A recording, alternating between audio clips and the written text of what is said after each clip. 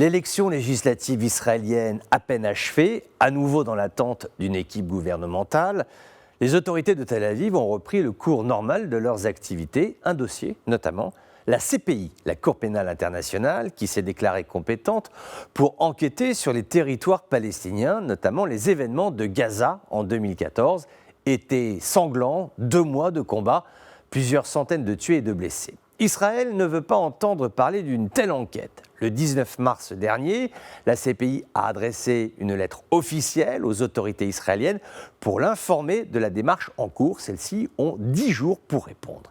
À cette heure-ci, nous ne disposons pas d'informations qui attesteraient d'une réponse israélienne. Ce serait plutôt le silence sur les canaux officiels et sur le terrain diplomatique, beaucoup de déclarations. Le chef d'état-major des forces armées israéliennes, Avi Kochavi, n'imagine pas une seule seconde l'hypothèse d'une coopération avec la CPI. Il estime que la Cour de justice de La Haye vit dans un autre monde, ce sont ses mots, et qu'elle résulte, cette Cour, de gens qui ne connaissent pas la région.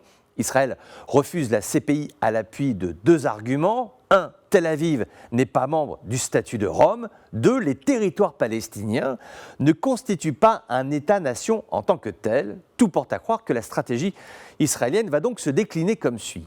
Une réponse à la CPI rejetant l'enquête, une campagne diplomatique États-Unis, Europe, Proche-Orient, visant à glaner des soutiens sur le thème « Si la CPI commence à se mêler de toutes les guerres, on ne va jamais s'en sortir ».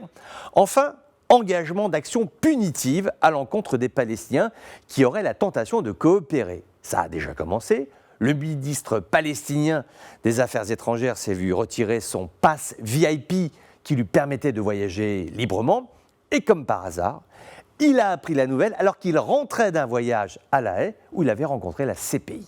Autre mesure de rétorsion, annoncée cette fois par les médias israéliens, mais qu'il convient de prendre au sérieux, Tel Aviv pourrait refuser les projets économiques conjoints avec les Palestiniens, procéder à de l'obstruction administrative, du ralentissement, de la contrainte temporelle pour manifester sa désapprobation et ainsi sanctionner les Palestiniens. Après, il y a d'autres formes de rétorsion, moins frontales mais tout aussi efficaces. Par exemple, la fermeture arbitraire des points de passage, un jour ouvert, le lendemain fermé, ceci sans raison. En Israël, une partie de bras de fer s'est ouverte à l'aune des prochains mois pour empêcher la CPI de venir enquêter sur les événements qui se déroulent en Palestine.